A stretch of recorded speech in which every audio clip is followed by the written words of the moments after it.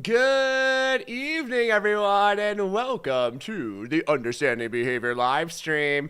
We've got an exciting one tonight, experimental design. I know it's your favorite topic. Well, probably not your favorite topic, but hopefully soon after this presentation, it will be one of your favorite topics. Is to be like, yeah, I know all that stuff. This is a breeze. We got this. We're experimental design masters.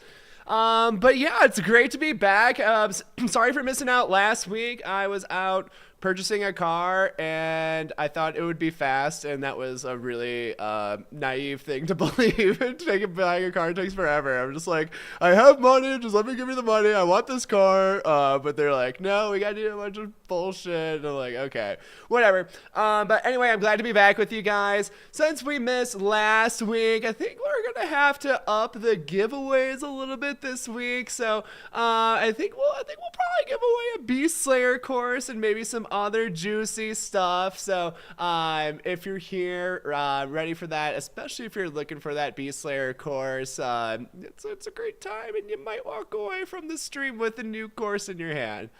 Yeah, I had a Subaru Outback before. It's like the car that literally everybody gets in Colorado, and I'm like, I miss my Outback, so I just got a different Outback. It's the best car ever.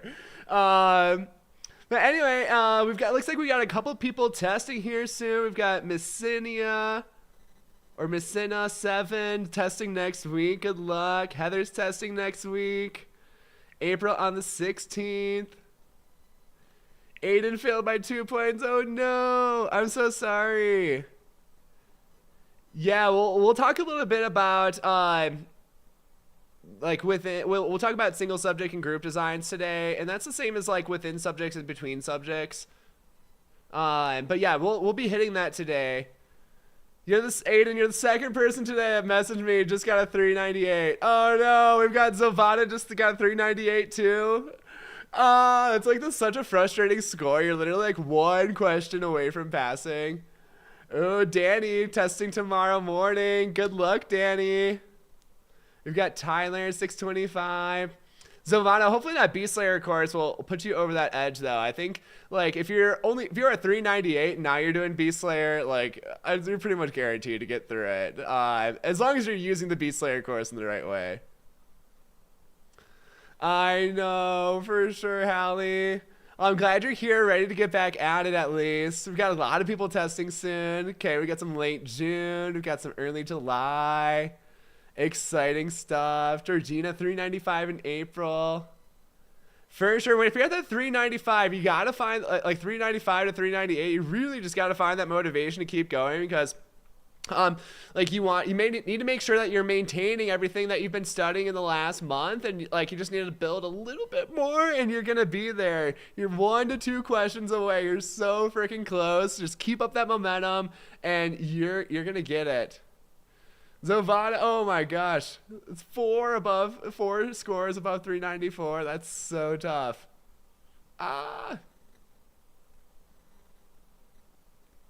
Aiden, that's kind of funny. I'm sorry. But you guys are so close. Really, just a couple little things to tighten up. 1 or 2 more questions for a lot of you guys, and you got this. So keep up that practice. Make sure you're doing lots of mock exams to really test your skills out and get that practice with the questions. Make sure you're continuing to provide those rationales for everything, and you're going to be Gucci. All right. Well, like I said, today we are going over experimental design, and I just realized I have the wrong PowerPoint up. So let me flip my screen back real quick and get the right one. But yeah, we're gonna go over experimental design. It's gonna be super fun.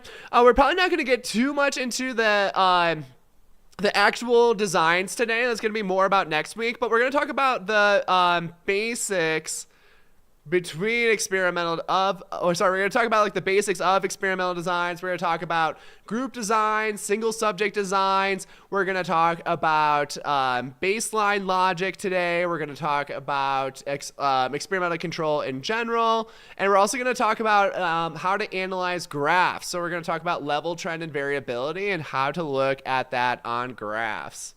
All right, now I got the right PowerPoint up. So here we are. We're going over experimental design today.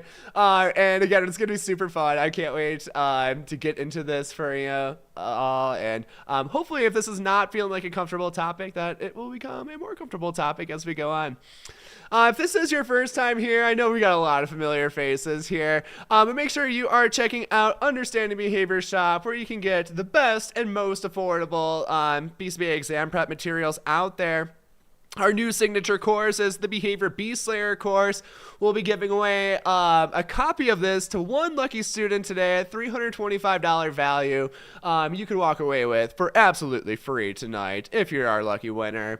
If you're new to our streams, you'll learn quickly that we'll give away the cool stuff faster if we have lots of likes on this video. So make sure you're hitting that like button, which is that thumbs up on the video, and we'll give away that stuff even faster, get you a better chance at winning with fewer people here.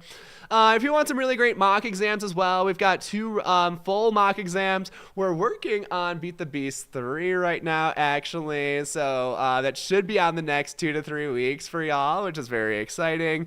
Our mini mocks come with our toughest questions. Our Beat Slayer course is also available on the Understanding Behavior app, which is really cool. If you're looking for just mock exams, you can get all of our mock products for a great price, $155 in our Super Ultimate Mock Bundle. And if you're like, I want to go really hard on my studying and I love your content, which most people do love our content, you can get the Complete Beast Mode Bundle, which comes with the Beast Slayer course, everything in the Super Ultimate Mock Bundle, as well as our Fluency package for $450. And what's even cooler is that you can use the code UBNerd and you can get 15% off any of these packages, including the Complete Beast Mode Bundle. I think it brings it down to like $380 something. So really amazing deal for just like getting everything that you need to study and go hard. Anyway, that's enough rambling about that kind of stuff, but you should check out Understanding Behavior Shop. It's pretty cool. We're going to get into experimental design today, so let's go ahead and do it. Again, we're going to start off with the purpose of an experiment. We're going to talk about group for single subject designs, level, trend, and variability, and baseline logic. These are the main things that we're going to go over today. Next week, we'll get into the different experimental designs and their features and utilities behind them, just because it's got a lot of information to cover in this section. All right, so let's go ahead and do it. Yay, Stephanie, I'm so glad you're here. Let me just check up in the chat real quick. Aiden's asking, is there a way to take retake the Beast mocks just for practice, or are they one and done? So yeah, if you want to retake the mocks, you do have to repurchase it, but you can review the feedback as much as you want afterwards. Cool. Yeah, Danny, I like that strategy for a lot of people who's failing recently. Like, best thing you can do is give yourself a 24-hour grace period to sulk and then get back into it. I think it's a great strategy. Honestly, it's like a strategy that I use like with going through like any kind of hardship. I like give myself like 12 to 24 hours, just be a big baby about it, just let it all out, and then right after it's like, okay, what do we need to do? Let's get back to it. It's time for serious business. So if that's you today, hopefully you are here ready to get down for serious business. All right, experimental design, let's do it. First thing we're going to talk about is the purpose of an experiment and what is an experiment and what is science. So we have a couple different things that we really want to attend to. We have a dependent variable. This is the thing that we're measuring. When we're looking at behavior analytic experiments, this is often going to be a unit of behavior or some kind of measurement of behavior. Then we have independent variables. These are the variables that are changed or that affect our dependent variable. Most of the time, this is going to be our treatments. So kind of think about it, it's like we're doing our treatment, and then the dependent variables are behavior. The changes in this dependent variable are dependent on our independent variable. So we see behavior change due to an environmental change. So kind of just back to the basics and looking at these more technical terms and how it works in an experiment. So when we're doing an experiment, the main purpose is that we're trying to isolate a single independent variable to see if it has a clear and consistent effect on our dependent variable. So we want to change one independent variable at a time, and if we do that, then we can be more sure that our independent variable is the thing that's responsible for changing our dependent variable. Note in an experiment that we want to isolate a single independent variable. So if we were to have like multiple independent variables changed at once, what's the issue behind that? Kind of a more abstract question. I'm curious like what you guys come up with in chat, but answer that for me. Again, the question is, if we're to change multiple independent variables at the same time, like what does that prevent us from seeing, or like what kind of effect would that have on our experiment? Or what would it not allow us to do? Yeah, Amy, I really like what you're going there. Veronica says her friend only used understanding behavior material and passed the first time. Now you're here ready to study. Heck yeah. Get it, Veronica. Yeah, Rebecca, if you get the Beast Slayer course, you will not regret it. It's such an amazing tool. All right, yeah, some great answers coming in here. Yeah, Michaela, I like where you're going. Yeah, Aiden, I like where you're going. Good. Yeah, Stephanie on the right track. Yeah, Christy too. Great answers. I like it. There's a lot of new faces here tonight too. Welcome everybody. Yeah, Pamela, that's great. Perfect. Yeah, some people are mentioning function of behavior. So note that an experiment doesn't necessarily need to be an FA to test function of behavior. It can test like if something works or not. So we kind of like want to like separate those concepts, like function of behavior versus experimental control and like purpose of an experiment. So yeah, the main thing is if we change multiple independent variables, if we add multiple treatments in at once, then we're not sure which one actually has the effect. So it might be that one of the treatments is really important, or it might be that both of the treatments are really important in combination to have this effect. And we just wouldn't know if we change multiple independent variables at once. So really good. That's why we want to isolate a single independent variable so we can make sure that we know which part does what, has what kind of effect. Awesome. Great answers in there. I'm very impressed, actually. All right. Next term we should be very familiar with is experimental control.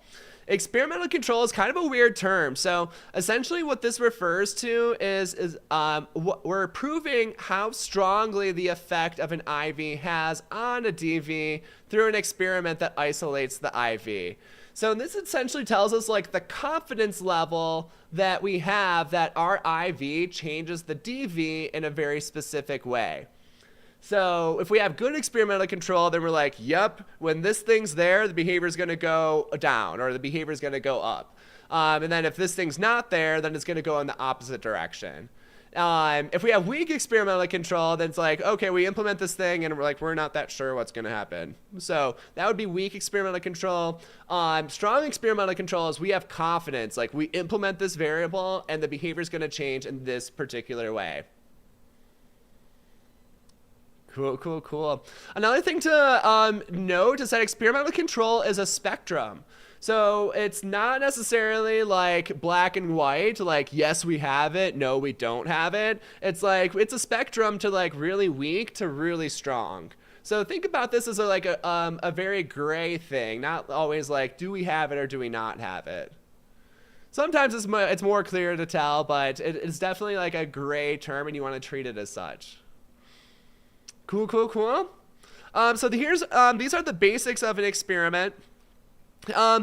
Essentially, like when we're doing science, once again, we need to isolate the effects of an independent variable. So what we're typically doing is what we're comparing an environmental context, and then we want to keep the environmental context exactly the same in the next condition, but the only thing that we're changing is this independent variable. So everything is exactly the same between the two conditions, just we're changing that one variable so we can see what the effect on behavior it has.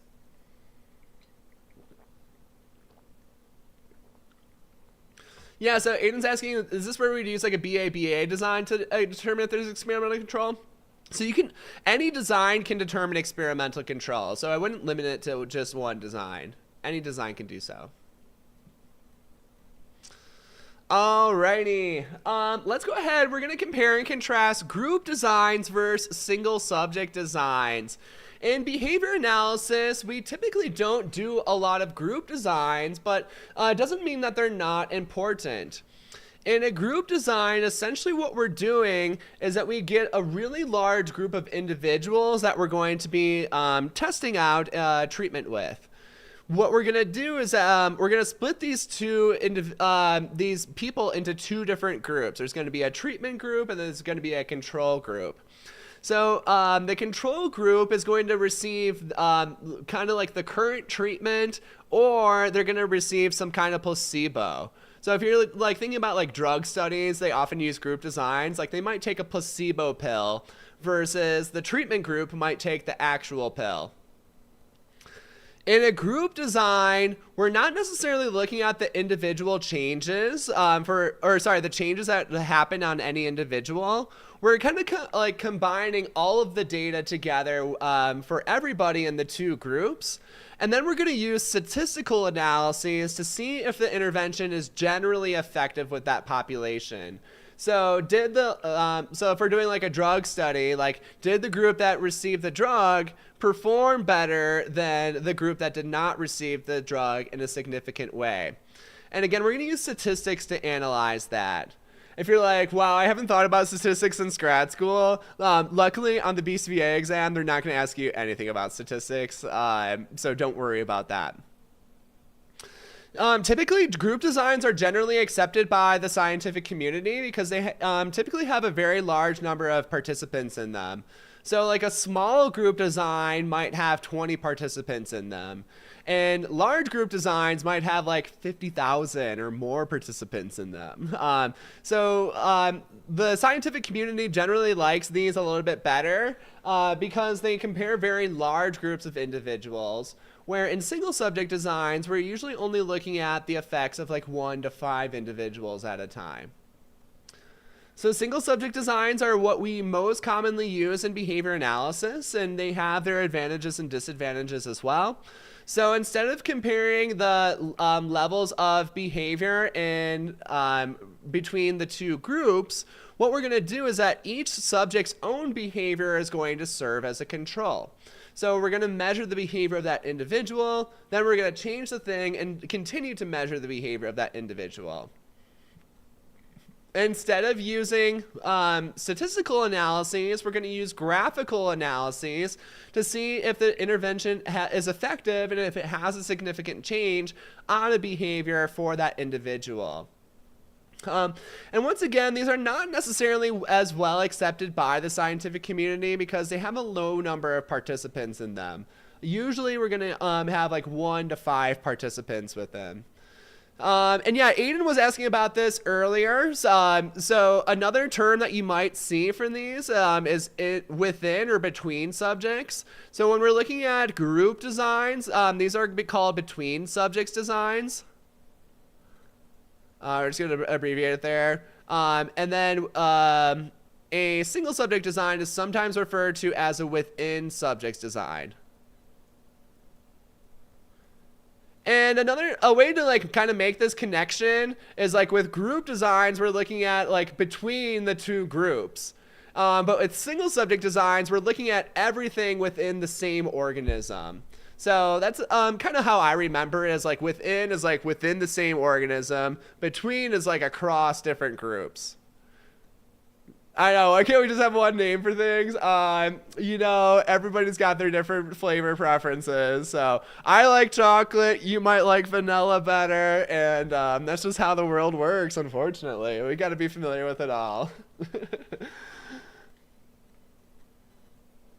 Yay, Erin, welcome back. Erin passed a few weeks ago. She's back to hang out. Hopefully BCBA life is treating you well. Good to see you here. Cool. So yeah, that's group designs versus single subject designs. Again, in behavior analysis, we're mostly focusing on the single subject designs. Big advantage of the single subject design is that we actually like pay attention to how the intervention affects each individual, where group designs don't necessarily look at the behavior of each individual. But group designs tell us if something's generally going to be effective for a large number of people with this issue. And single subject designs don't necessarily tell us that as well. Luckily, like we do find that there's actually pretty good external validity with single subject design. So if we can find like the right like match between the participants in the study and the participants in real life, compared to like the relevant features, then we can get pretty good generalization to new clients there. Yay, Aaron, I love to hear that. I'm so glad it's going well. It's not easy to land a good BCBA job on your first go, so I'm so happy that's working out for you. Congrats. Yay. Cool beans, cool beans. So that's group designs versus single subject designs. Again, we're mostly going to focus on single subject designs, but group designs are really useful and they have their advantages as well. So don't just like look down on these and like, oh, they're not doing single subject. That's not okay. I'm like, no, they're useful too. But people who run group designs look down on our designs, and we kind of have to stand up for them because single subject designs are really cool too. Okay, next thing we're going to talk about is visual analysis, and this is going to get into our terms level, trend, and variability. So level, trend, and variability are the most important things that we want to look for when we're doing a graph analysis. Real quick here, can anybody tell me like what design is being implemented on this graph, and how do we know? Before, I know we're saving this topic for next week, but I'm curious. Can you guys label what kind of design is this, and how do we know? Bonus if you really nail that. How do you know? Aaron, yeah, I served my time 3.5 years on a bad company of trauma. Yeah, it's pretty normal in this field. We've all worked bad jobs. It sucks. But the quicker you can get out of there and find the good fit, like your quality of life will just go like. It's pretty cool.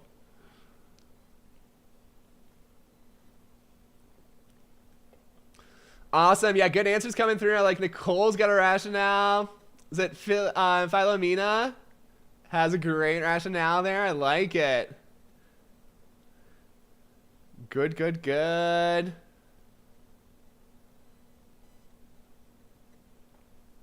Yeah, Danny on the right track. Tyler looks good.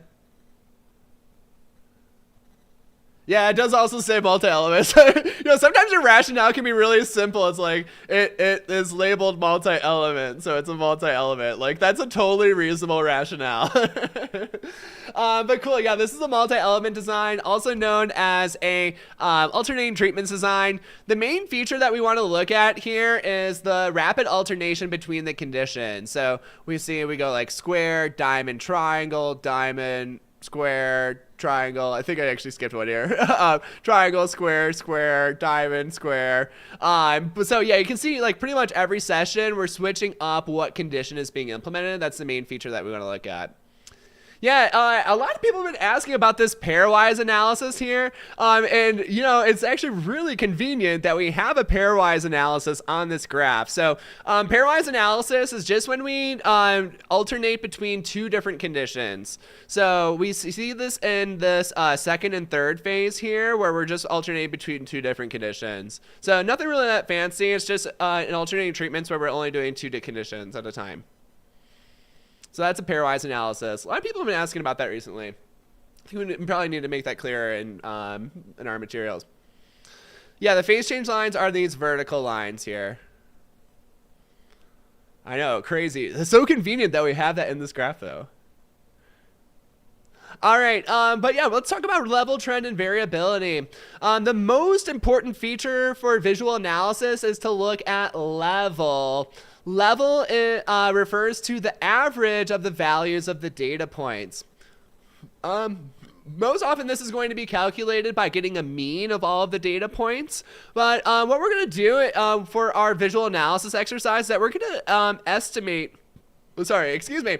We're going to work on estimating these things. So level is going to be a single number, which means it's going to be a horizontal line on our graph. So what I want you to do is let's look at this this diamond condition, our escape condition. If we were to draw a line like in the middle of this graph to kind of like cut through all our data points, where might we put that value at? What do you guys think? So what would be the level of this escape condition? Where might we estimate this to be at? Cool, yeah, I love the answers in chat. Looking good, looking good.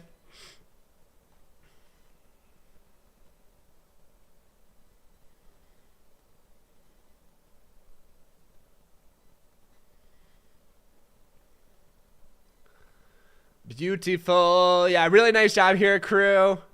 I am agreeing with the crowd here. I think 4 looks like a great value to draw this at. So when you're drawing this level line, essentially what you want to do is you want to try to get like half the data points above the line and half of them below the line. For to get like more pedantic about it, what you want is like an equal amount of distance of lines above and below. So not necessarily the data points, but like the distance between them as well. That tends to work out pretty well here as well. So yeah, let's look at that. Like we drew our line at 4. We've got about half the data points below the line, about half the data points above the line, and some of the data points are like right on the line. So this one looks pretty good overall. Yeah, sometimes people refer to level as low, moderate, or high. I tend to not like that because it's not very accurate and it could change depending on the scale of your graph. So like, for example, if I drew like this same graph, but my scale was like 1 to 5 here, now it's like our lines are going to look at like this. And I might describe this as like high level. So like it just doesn't really make sense, and I would way rather like go for the actual numbers because it's going to tell you more accurately like what the level actually is. So always go for numbers when you're going for level. I don't really like the low, moderate, or high, but you can use those when you're describing that like more generally. Usually you can use like low, moderate, high to describe like changes. But again, using numbers is better. So you can say like the level increased from 4 to 8 rather than saying like it increased from low to high level. So it's just a little bit more accurate when you use numbers, and I tend to prefer it. All right, cool. So that was our level for our diamond condition, our escape path. Now I want you to look at the play condition. I'm not going to tell you which one it is, but where might we estimate the level for our play condition in our first phase of our multi-element here? Yeah, exactly, Aiden. Right on track. Yeah, when Veronica's asking, when taking the test, is it going to ask for numbers or low, moderate, or high? It might ask you either, yeah, like you can kind of translate it. If you want to think about low, moderate, high, think about it as like thirds of your graph. So it's like low is like the first third, moderate is like the second third, high is like the top third. So yeah, we can even like draw that here. So this would be like low, moderate, high. But again, it's way less accurate than using numbers.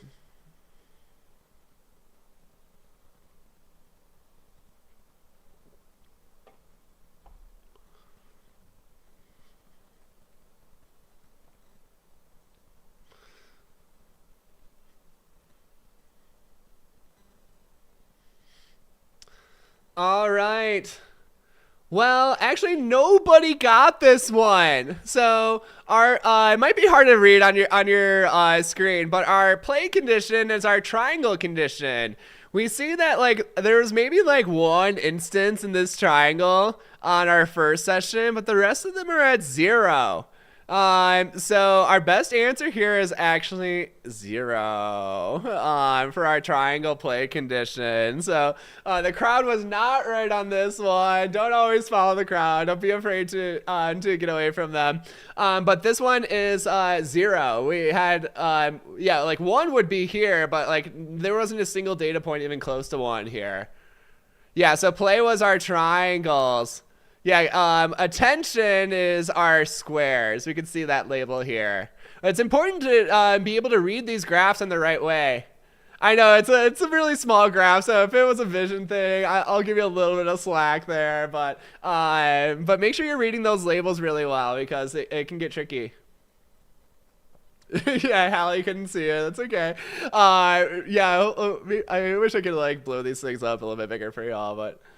Okay, cool. So, yeah, our level here. So if we were to like describe the level between play and escape, we would say like, hey, play was at 0, escape was at 4. So we would say like the play condition, this is a functional analysis graph. This serves as our control condition. So that's the condition that we compare everything to. So we would say that escape is a pretty strong reinforcer because it increased the problem behavior, the rate of the problem behavior from 0 per minute to 4 per minute. So that's pretty strong. It's pretty strong. Pretty big increase. And again, we want to describe like the changes in levels between conditions. So we would say like it increased from 0 to 4 from play to escape condition, for example. If we were to use like the low, moderate, high, like this kind of sucks. It's like it went from 0 to low level. And that just tells us way less about what actually happened. Or we would say like it went from low to low, and that's even worse. But if it's 0, you can pretty much always say 0, no matter like if you're using numbers or low, moderate, high method. So again, stick with the numbers there and estimate that by drawing that line between the center of your data path. So that's level. The next thing that we want to look at is trend, which is referring to the direction of the data path. To estimate trend, we're also going to draw a line through the center of the data path. But the key difference here is that this line is going to be angled instead of being a horizontal line. So our first one, actually, let's look at our escape condition. There's 3 different types of trends in general. We have ascending trends, descending trends, or no trend. What would we describe the trend of this escape condition? What do you think would be the best description for this one? Yeah, again, like the low to low, like it sucks. It just doesn't tell us anything.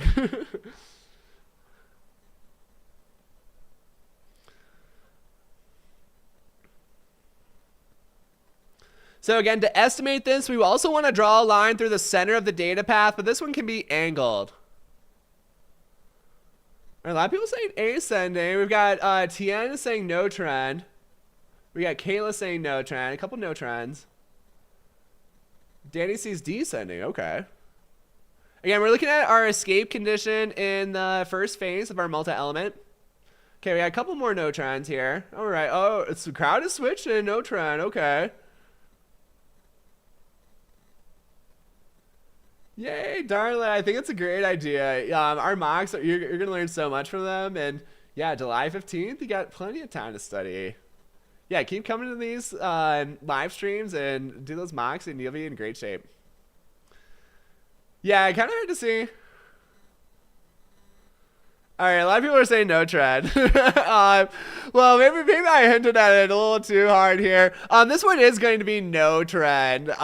So again, we're drawing that line through the center of the data path. It can be angled, but we don't really see these data points going anywhere. So if we see like this bounce up and down pattern, that typically means that we have no trend. We did have a slight, if we were to like isolate these last data points at the end here, we do have an ascending trend at the very end. But if we're looking at the trend of the whole data path, we would say that this is no trend. But I kind of see where you're going if you said ascending, especially if you only focus on the last set of data points here. That does check out, but for the overall trend, it's pretty much no trend. Cool. then, yeah, if we look at our next phase in our pairwise analysis here between timeout and escape, we see our timeout also has no trend, and then our escape condition has an ascending trend. So again, for drawing these lines, we kind of want to do the same thing. We want about like half the data points above and below the line and really like focus on that space between them. So that we would say this is an ascending trend, and this one is really clear. Obviously, if we have a descending trend, that would be data points that are generally going down. So that's what that would look like, descending. Cool. Alrighty. The next term we're going to look at, and this I'm probably going to blow your mind a little bit here because a lot of people learn variability wrong. Variability refers to how spread out are the data points away from the trend line.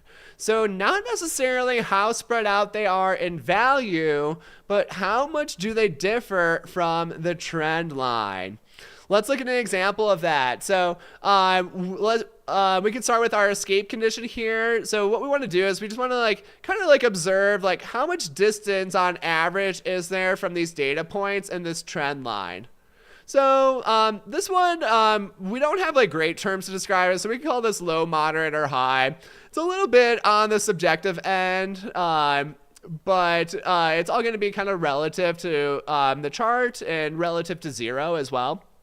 So if we had, I might call this one moderate variability because we see on average like there's a decent amount of distance between the data points and the trend line. It gets really weird when we're looking at trending data. So let's look at this escape condition in our second phase here in the pairwise analysis. So again, the thing that we really want to focus on is how different are these data points to the trend line. And we see like they're actually like not very different. So I might call this one low variability, and I might call this one moderate variability. So even though these values are very different in from each other, like they go from 10 to 8 to 16, this one is low variability because it's changing in a really predictable way. And again, we want to look at the difference between how spread out are these data points from the trend line, not necessarily how spread out are they in value or how different they are in value. So really easy to get thrown off with these trending examples, but this is the way to analyze this. You want to compare it to that trend line. Another thing that you can kind of, or another way that you can think about this to kind of have it make more sense is there's a really good rule to hold on to, and I'll write it here too, is that trending data tend to continue to trend. So we'll say trending data continue to trend. And then like the caveat here is like until they don't. Until they don't. But essentially like we're going to predict that trending data are going to continue to trend until we have data that shows otherwise. Sorry, my handwriting is like naturally really terrible, but it's like even worse on a mouse. So that's the most I got here. But really great rule to hold on to is that trending data continue to trend until they don't. And that kind of makes sense with our variability, where you can kind of think about it as like predictability of the data. So if like, let's say like if we had a data path and it was just cleanly going up like at the same exact rate each time, then it's like, okay, our trend line is the same thing as our data path, and we actually have no variability because this is so predictable. It's just like going up by 2 every time, for example.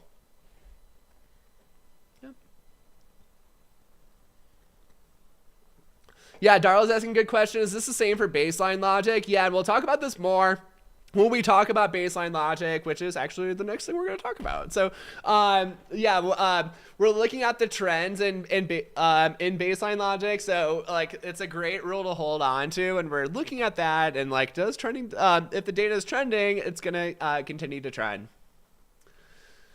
Cool, cool, cool. Well, we've got a great audience here tonight. I love all the participation. It looks like you guys are soaking up some good info already tonight. We've got 112 people here, 63 likes on the video. I mean, we're kind of close to like our Beast Slayer giveaway offer. We just kind of like need a few more likes on this video. So I don't know if we haven't done that yet, but it might be worth doing. I don't know.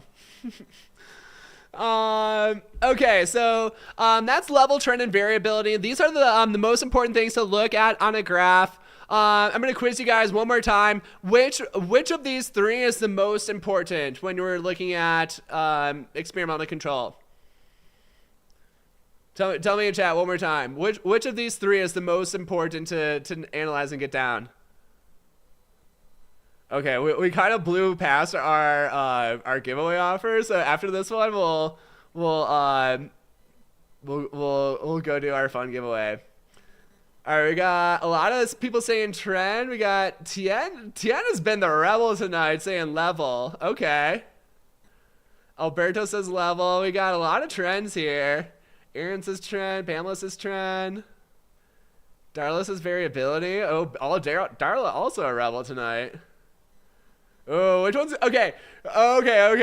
Well, you know me, and I think that the rationale is the most important thing. So if you can provide a rationale for your answer, it's really gonna up your confidence in this. And if your rationale is wrong, then it's like an even stronger learning opportunity. And it's like, sorry, like sometimes you learn through punishment, but punishment's really effective. I think I showed you guys a week or two ago, 2 weeks ago when we did shaping and chaining, that I was showing you guys my paragliding, and I made a really dumb mistake when I was like setting up my paragliding harness. I hooked a loop like through something really important on my harness that was like it was gonna like pull my reserve parachute accidentally. And my instructor like stopped me and just like, I need to take a picture of this because this is so bad. And I'm like, no, it was so embarrassing. I'm like, I'll never make this mistake again. And you know what? Like, I never made that mistake again. So like sometimes like learning through punishment can be really helpful. All right, cool. Well, I appreciate everybody throwing some rationales in there.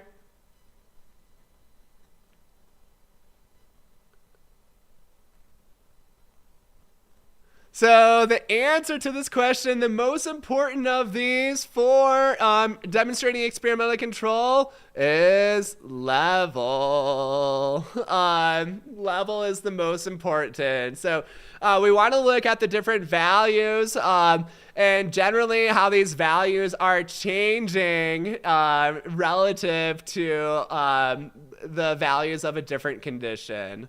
So level is the most important. They are all important, but level is the most important. You might have also noticed that I put a tip here, compare level between conditions.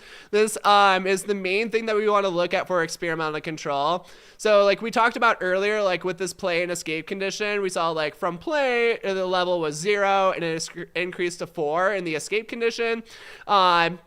And that is our most important indicator for experimental control. Like we didn't even have to look at the variability. We didn't have to look at the trends, but we saw that difference and we're like, yep, we're confident. It's the only one we needed. I see a lot of emotions in chat here, and again, like this is kind of the intention, and like Tien was like, I was really nervous about my answer, and you killed it, Tien. That was really great. But yeah, when you put like your stakes in this, like it's going to affect like how much you learn, and this is exactly like reinforcement and punishment, where it's like the reinforcement with higher stakes is going to occur even larger. And the punishment for incorrect answers and incorrect ways of thinking is going to occur even larger as well when you kind of stake that feedback. So again, stake your rationale on it. So again, like providing those rationales is incredibly important for learning, and hopefully you find it as a useful strategy. It's not always the most comfortable thing, I know, but we're not here for comfort. We're here to learn, crew. That's what we do. AI says trend. AI is wrong. AI doesn't, like, AI gets so many things wrong. It's insane. All right. Anyway, hopefully you guys are having fun tonight. Hopefully you guys are digging the extra commentary too. But yeah, Alberto's learned that rationale for sure. But yeah, Veronica's burned into her head. Level. Absolutely. Love it. Anyway, we're going to do a hype giveaway. We're giving away a Behavior B Slayer course. If you haven't seen this course, it is pretty amazing. We actually added some new pictures into the shop on it too. So like the B Slayer course comes with like really cool graphics. It also comes with like really like interactive opportunities. So you can like click these answer boxes within the questions, and you get some feedback, and then we review the questions afterwards. And then there's tons of quizzes. There's over 65 quizzes that kind of look like this, with questions over like the topics that we review in the videos as well. So amazing resource. It's a $325 product, and you can walk away with it absolutely for free right now. We got a lot of B Slayers in the chat. If you wouldn't mind commenting on how awesome it is, you know, I love to hear that. But yeah, let's go ahead and give this away. We're gonna go. We got over 100 here. We're gonna do a random number 1 to 600. So good luck to everybody who is going for this. You can throw a number into chat right now. It can be any number. One number per person. Multiple entries will be disqualified. And yeah, give it a go, and we'll closest person will be a winner. Yay, Patricia said she did generalization today in B Slayer and feeling confident now. I love it. Yay. Darla, I'm foaming at the mouth. I want it so bad. Good luck, Darla. It is a really great course. Also, if you're not sure about the course as well, we do offer a free trial on it. So if you go to the description and you're like, go to this section where it's like try for free, you'll be brought to this website, and then you can click on the free sections. We have about 30 minutes of video and a couple quizzes for you to try.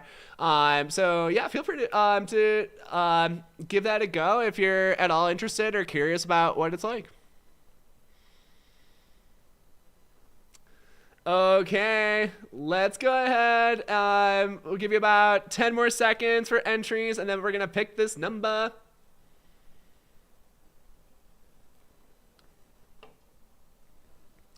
A lot of entries today. Good luck, everybody. All right, we're going to make Nori the last entry here. We're going to pick our number. Here we go. It's 8. Single digit out of 600. All right, who are our low ballers? Ooh, I see 2 different 13s. Oh, man, that might be a roll-off there. Anybody go see? Oh, we have 3 different 13s. Oh, wait, oh, no, never mind. Danielle put the same number in twice. Okay, she's good. Anybody go lower? Oh, Rogers. Rogers Marumba had 11. Oh, man, I think that's it. Rogers? Yeah, oh my gosh. Yeah, Rogers, I think that's you, bud. Yeah. All right, looks like chat is confirming. Congratulations to Rogers Marumba. You just won the Behavior B Slayer course. Yay! I was convinced I will get it today. Heck yeah. Well, you got it. It's free in your hands. Yeah, Rogers, just send me a email at understandingbehaviorofficial@gmail.com and we'll set you up with the course. Congrats. Woo, woo, woo, woo. Yeah, it's always exciting. I like these bigger giveaways because, like, it feels like, yeah, you're getting something good. Like, the course is great. It's over 16 hours of video, 65 quizzes. I feel like it takes students, like, you can get through it all in about, like, 25, 30 hours. But if you really, like, want to soak it in, you really need to spend, like, an extra 10 to 15 more on top of that. So it's, like, almost, like, 40 hours of planned studying ready to go for you. In this product, really structured, really just like gets you exactly everything you need with no fluff or filler. Yeah, congratulations to Rogers. I hope you enjoy it. Oh, okay, Rogers. It's really Agnes. Okay, yeah, on your husband's account. Perfect. Well, yeah, send me an email and we'll hook you up. Awesome. Well, congratulations. All right. Well, yeah, I'm having a lot of fun tonight. We'll do one more giveaway at the end of this stream. We'll give away some mocks. So stay tuned if you're interested in winning one of those. Mock 3, we're gonna aim for Beat the Beast 3 will be released definitely this month. I'm expecting like 2 to 3 weeks out on that. For sure, Jameson, good to see you here. Glad you're going through it even more. Yeah, like it's like so information dense, so you're like really like need to like take notes or go through it a couple times because there's just so much knowledge to soak in there. All right, awesome. Next thing we're gonna talk about is baseline logic. You'll see baseline logic. Again, we're keeping our theme up here. We're going to be comparing level between our conditions. It's our most important thing for baseline logic. So baseline logic, there are a couple different tools that we're going to use. The first tool that we're going to use is a prediction. And we talked a little bit about this with trend already, but we say that trends are tend to continue until we have evidence that they're not. So when we're making predictions, what we're doing is that we are looking at the trends, and then we're predicting that trend is going to continue if we were to continue data in that phase. Oftentimes, like we're also making the prediction about the level, or the level is going to stay about the same level, and that the trend is going to continue. So if we're to make our prediction about this baseline condition, first we need to get the trend of our A condition. This one is pretty simple. We've got a no trend here. So we've got 3 data points, goes up and down. So we would just call this no trend. For our prediction, essentially, we're going to predict that this pattern is going to continue if we were to continue in this baseline phase. So if we didn't change anything about the environment, then we would expect that not much would really change about the behavior, that trend is going to continue and the level is going to continue about the same way. So this would be our prediction, is this dotted data path. And again, we're predicting like, hey, if we went to, if we stayed in baseline, like what would the pattern look like? We can also make predictions about our intervention conditions. So we see a really similar pattern here in our B phase. We've got a very low level, but again, no trend. So again, we're going to kind of predict that this trend and level are going to continue if we were to continue on this phase. So we can make predictions about baseline conditions, so like we did in this first one, or we can make conditions about our intervention conditions like we did in this second prediction here.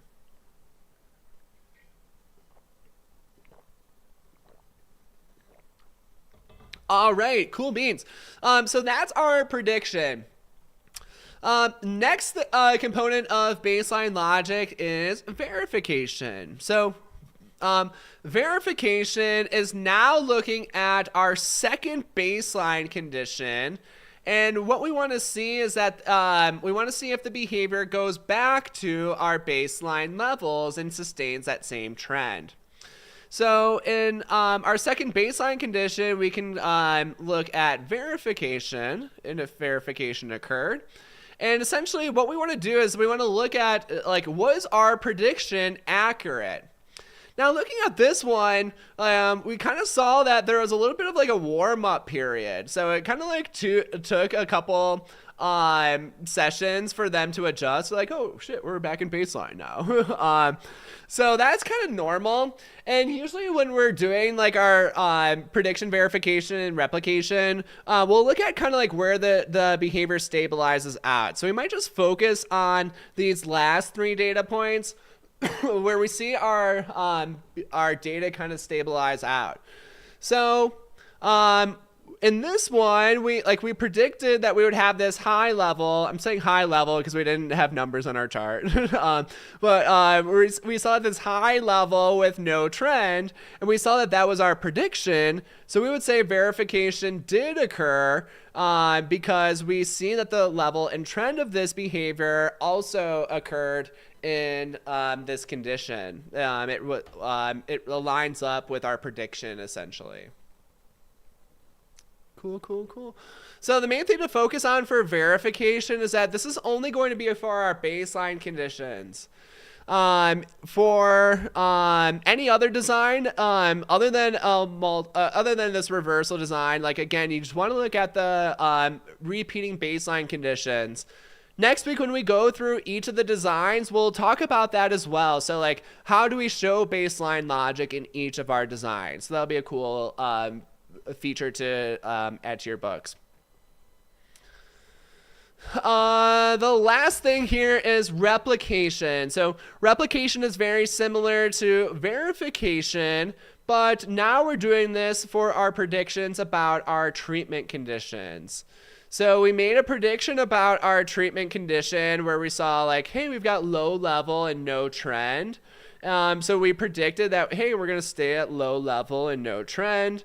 And then in our second B phase, we saw that replication did occur because our prediction was accurate. We saw this low level and no trend.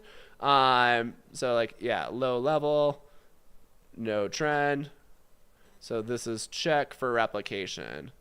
For our verification here, we saw the high level, no trend. So that was what got us to our check mark for verification. Cool.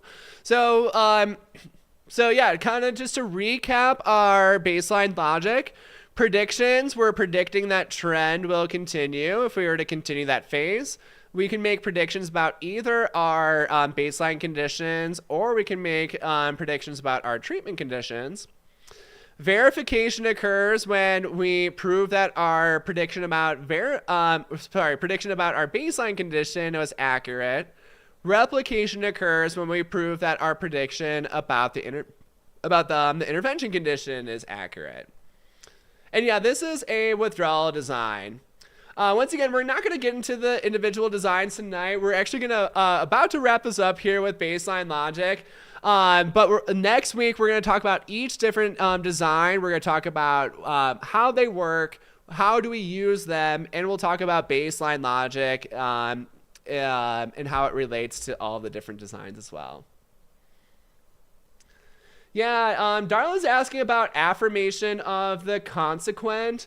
So this is not something that is really seen on a graph. Affirmation of the consequent is actually it's a fallacy. So that's essentially when you're saying that something has an effect, but we don't really have the data to show it.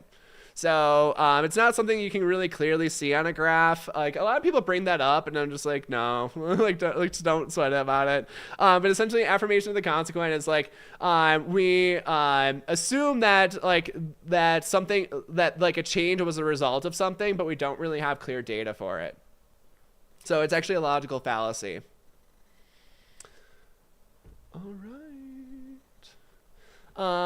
Yeah, Patricia's asking, what's a good mock on the score on the mini mocks? Yeah, if you're scoring in the 80s, that's great for the mini mocks. Those are our most difficult questions. So really, if you're above 70, like you're freaking killing it on those. And even like if you're at 68, like you're not too far off at all. Also like taking my take it like note that with the smaller mocks, but I only have 25 questions, like your score is going to be like a lot more sensitive. Like every one you miss is 4% off. So kind of like keep that in mind. Like if you're scoring like 60 or even below 60, like don't sweat it too much. Like it's just really sensitive. The main tool, like the main purpose of the mini mocks, first of all, is like to build that endurance with really long questions, because these questions are just like brutally long. And then like get you to like analyze like what is important in the scenarios, because there's a lot of filler in those questions as well. So you kind of like need to weed out the bullshit. And then the rationales are really the most important part to learn from. So spend lots of time with those rationales. Dayrod, yeah, 25 questions are enough to make you sweating for sure. I know those questions are brutal. So yeah, take your time with them. They're not meant to be sped through. Do 1 or 2 a day, and like make sure you're really in like a strong mindset for them, because they're pretty tough.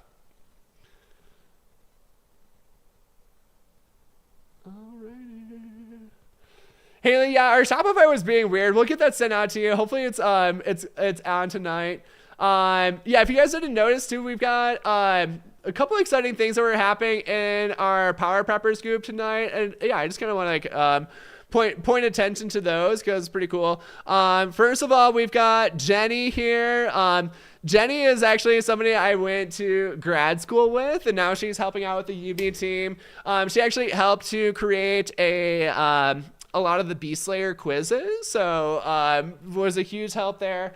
And she's going to be taking on like some more admin roles too. So you'll see here, she'll be answering questions in the Power Preppers group. She'll be helping us out with social media stuff and a bunch of other things. So yeah, if you see Jenny around, say hey. She's a really brilliant behavior analyst. We went through the same program, so like she's like just as smart as me, to be honest. And she's been to BCBA for 9 years. So she's been to BCBA for 1 more year than I have. So she got ahead of me. But anyway, she's great. You'll see her around in the Power Preppers group. So yeah, don't be shy with her. She's great.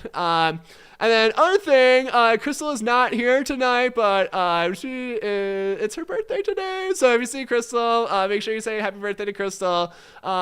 She again like does so much for understanding behavior. I could not do this without her. She leads the Wednesday study groups. So if you want to learn from her, make sure you attend those Wednesday study groups. But yeah, she's amazing. We're super happy to have her on the team. She's such a big nerd, and like I'm so into like that like hardcore behavior nerd energy. Jenny's a huge nerd too. You guys will love her. So yeah, a couple exciting things that are happening around. And yeah, the fluency package, Tian's asking about that. Those are like our easier questions, but really great to kind of get that, just your fluency. Yeah, they're great. Just like quick quizzes whenever. Yeah, and if you're not in the Power Preppers group, let me link that here real quick. If you're on Facebook, make sure you join us in the Power Preppers group. It's a really awesome place to get some really a really supportive community. Ask questions whenever you want. Celebrate your wins, whether that's on a mock exam or when you pass the real thing. Ask questions to the community. Get some support. Find some study partners. It's a really great place for all of the above. There's the vibes are like so cool and strong. No negative energy here. We're just like let's nerd out. Let's do it. Let's crush. So great place to be if you're not here already. Anyway, like I said, we're gonna do one more giveaway tonight, so let's go ahead and do that. That's not where I want to go. Here's where we want to go. For this giveaway, we will do. You can pick your poison. Any of these 4 products, you can get your hands on for. for our giveaway. So if you're the winner, you can choose whichever one you want. So if you're missing any of them, feel free to participate. If you're like, I've got all these, I don't really need them, then cool. Hope you have a great night. We're going to wrap it up for tonight. But yeah, let's do one more giveaway for funsies. We'll tighten it up a little bit. We'll do 1 to 500 on this one. So if you want to submit a number 1 to 500 to have a chance to win, again, one number per person, multiple entries will be disqualified, and we'll see who gets it.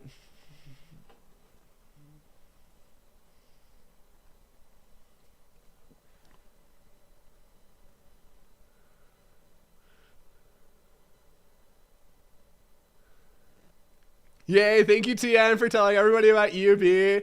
Honestly, like, if you like our content, if you like our style, like, the best thing that you can do is, like, tell your friends, tell your boss, tell like your other study communities about UB. Comment on other people's posts when they're looking for suggestions. Like, it's such a huge help to get the word out there. I'm like sometimes I'm like not that humble, but I like honestly believe that we have the best test prep content out there. The thing is just like not enough people know about it yet. So it really helps to spread that word. If you want to help support us, it is the biggest thing that the biggest help that you can do is just tell other people about our stuff, be loud about it, and thank you for like there's so many people that I see do that all the time, and I like can't thank you enough for that. So you guys are really the best.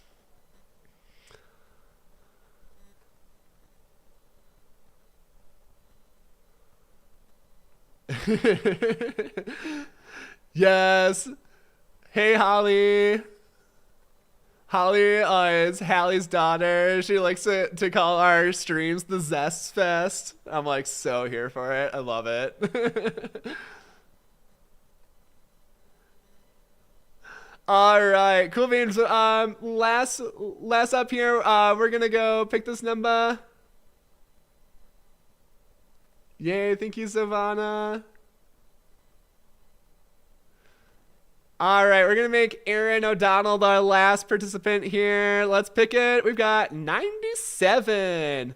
All right, help me out here in chat. Who's closest? 97. Okay, I see a 78. I see. Oh, Jameson went for the 69, of course. Ooh, we got Cab 111. Anybody closer? Nothing. I'm not seeing too close. 97. Help me out here. Okay, so 111. That's 14 off. We had. I think that might be our closest. 111. Is anybody closer? Help me out here, chat. 75. That's 22 off. So 111's a little closer. I'm seeing Cab so far. Nobody really guessed in this range. 14 away. Jamie was 115, is a little farther.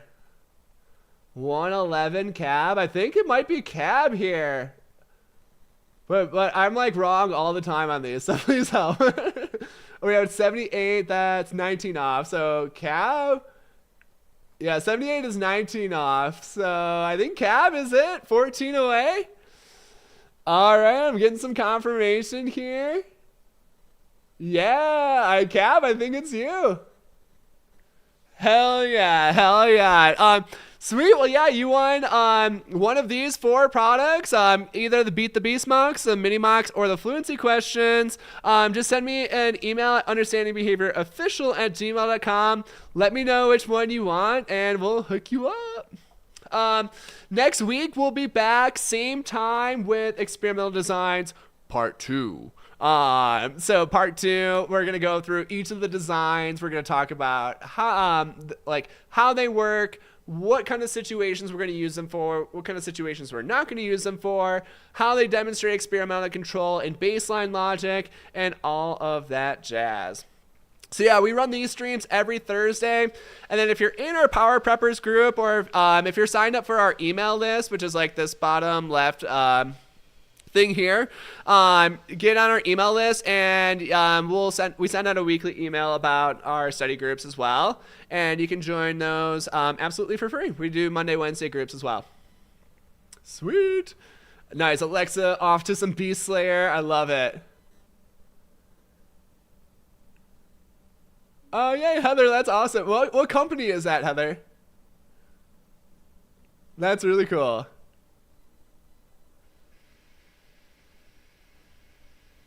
But yeah, thanks again for all of your great participation tonight. Hopefully you learned a few things.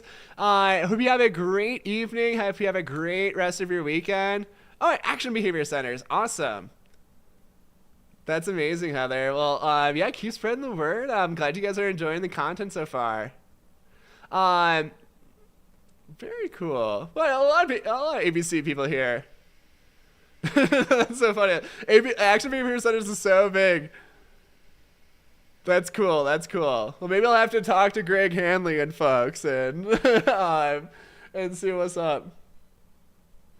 Yay, Daisy! Thanks so much. That's so helpful. All right. Well, have a great weekend, everybody. I hope to see you at the next one next week. We'll wrap up experimental designs. Go check out our sub if you haven't yet. Join us in the Power Preppers group. And I'll see you around that group. And I will catch you next week. All right. Say hi to Greg Hanley for me, Heather. And good luck on your test. Yay. T, I didn't know it was your first time. Here, you killed it tonight. Way to go. All right. Thanks, everyone. I'll catch you next time. Peace out.